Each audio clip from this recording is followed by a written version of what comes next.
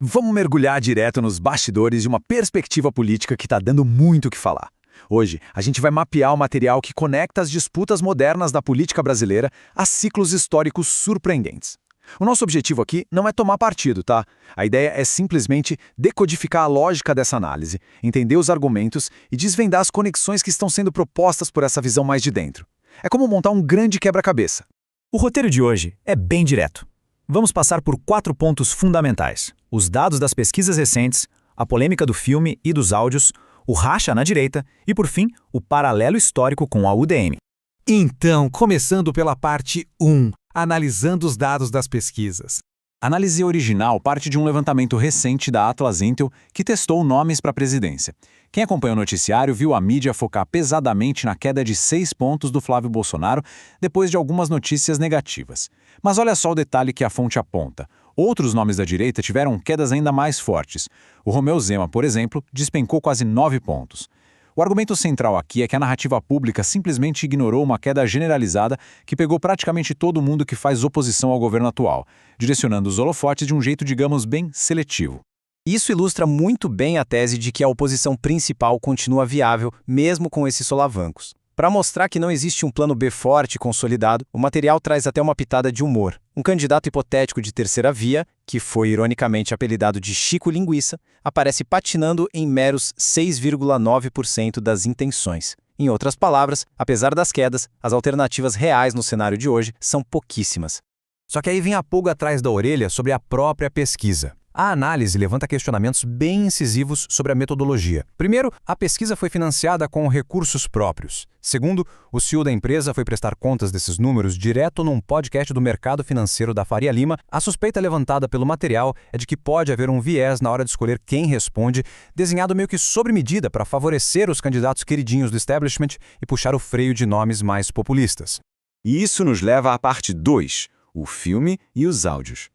Porque toda essa montanha-russa nas pesquisas não veio do nada, né? Ela foi o resultado de um bombardeio midiático envolvendo materiais vazados sobre um projeto de filme pró-Bolsonaro e o contato com um banqueiro. Para rebater a ideia de que rolou algum esquema ilícito, a fonte resgata um áudio do Mário Frias. Na mensagem para o tal banqueiro, ele diz com todas as letras que o projeto ia tocar o coração de muitas pessoas e seria muito importante para o nosso país. A defesa se apoia exatamente nisso, para dizer que a motivação era 100% ideológica e patriótica, sem qualquer intenção financeira obscura por trás.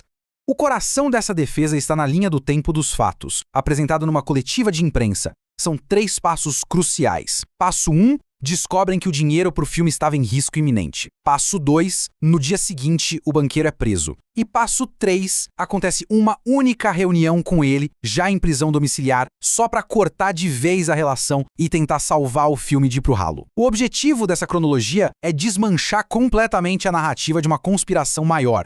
E tem um ponto extra para amarrar essa defesa. O material destaca um desafio público. Por que a esquerda não assina o pedido de CPI do Banco Master? Se tem tanta irregularidade, por que não investigar oficialmente?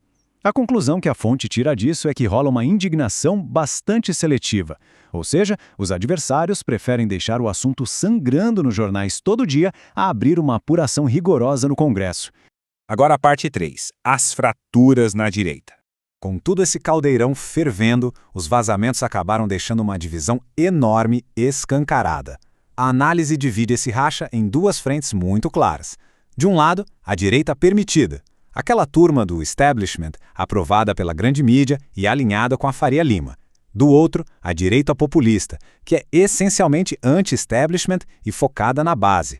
A tese é que o primeiro grupo trabalha o tempo todo, nos bastidores ou até em público, para sabotar e tomar o lugar do segundo. E a prova física dessa guerra? A recente demissão do Rodrigo Constantino de uma rádio conservadora.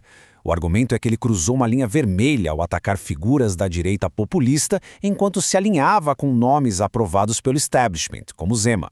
Isso mostra que até a mídia tradicionalmente conservadora está rachada ao meio e escolhendo lados nessa briga de foice. E o mais curioso é onde o autor da análise vai buscar a validação para essa teoria. Ele cita ninguém menos que Edinho Silva, do PT. O Edinho afirma que a crise global abriu espaço para a volta do conceito de Estado Nacional. A ironia apontada pelo material é fortíssima, Parece que a esquerda entende esse jogo globalista contra nacionalista muito melhor do que a tal da direita permitida, que continua batendo nas mesmas teclas de sempre, sem ver o tabuleiro inteiro. Tudo isso deixa uma pulga gigante atrás da orelha. Será que essa tática da elite, usar o moralismo para derrubar lideranças populares, é alguma novidade no Brasil? É o que a gente vai ver na parte 4, o paralelo histórico com a UDN. Para responder se isso é inédito, a análise liga a máquina do tempo e usa a União Democrática Nacional, a UDN, como um anel decodificador para o que está acontecendo hoje. Dá uma olhada nessa linha do tempo. Fundada em 45 para bater no Getúlio Vargas. Em 54, essa pressão toda empurra o país para uma crise brutal. E em 64, esse mesmo partido que se dizia o guardião da moral e das regras acaba apoiando um golpe militar.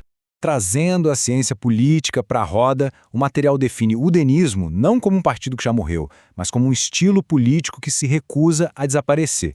É a mistura de liberalismo na economia com elitismo feroz. E a arma principal, um moralismo rígido, muitas vezes hipócrita, que ataca escândalos individuais para tirar a legitimidade de líderes populares e, claro, proteger as velhas estruturas de poder. Colocando lado a lado, as peças se encaixam perfeitamente. O argumento é que a direita permitida de hoje tem exatamente o mesmo DNA da UDN dos anos 40. Ambas miram na classe média urbana, levantam a bandeira anticorrupção, fazem de tudo para destruir lideranças populistas e caminham de mãos dadas com a grande mídia. É literalmente a mesma receita de bolo. Esse udenismo moderno, segundo o material, usa o discurso da moralidade só como uma cortina de fumaça para o próprio elitismo. Eles ignoram os problemas gigantes do sistema só para focar no desgaste do adversário através de polêmicas menores. E o mais grave, é uma turma que frequentemente fecha os olhos para o rompimento das regras democráticas, desde que isso seja feito em nome de um suposto bem maior. Então, somando as pesquisas, a histeria dos vazamentos e esse comportamento espelhado do passado, a conclusão da fonte é cristalina. Não tem nada de novo sob o sol. O que está rolando agora é só mais uma volta de um ciclo histórico que não acaba nunca. Elites tentando esmagar movimentos populares vibrantes, usando o moralismo seletivo como ferramenta para colocar no poder alguém mais bem comportado. E aí fica a pergunta que não quer calar. Será que o eleitorado moderno vai conseguir sacar esse padrão a tempo de mudar o final do filme? Ou será que a gente está simplesmente condenado a ver a história se repetir para sempre?